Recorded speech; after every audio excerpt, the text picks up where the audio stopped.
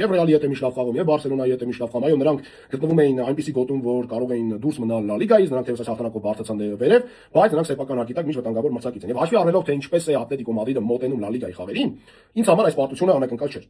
Ինձ համար անակնկալ էր հաշիվը, որովհետև ես սպասում էի, որ Ատլետիկո Մադրիդը պարտվելու է, եւ 3 անգամ իմ ընկերների շրջանակում ես խաղից առաջ ասացի, որ Ռայո Վալեկանոն այսօր հաղթելու է ընկերներ։ Եվ կատակով ասացի, եթե փող ունեք, մի քիչ դրեք, հաստատ կրելու է Ռայոնեսը։ Որոշները լսեցին, որոշները ոչ, բայց այն ինչ եղավ շատ հուզիչ էր Ատլետիկո Մադրիդի համար եւ շատ ուրախացրեց Բարսելոնայի երկրպագուներին եւ մի կողմին էլ հիասթափեցրեց, որտեղ նրանք ասին, միթե այս թիմն էր, որ մեզ հաղթեց 4-0, բայց պարտվում է Ռայո Վալեկանոին 3-0 հաշվով։ Սա իրականում ունի պարզ բացատրություն, ընկերներ։ Ատլետիկո Մադրիդը խաղում էր ռոտացված շատ մեծ կազմով, խաղում էր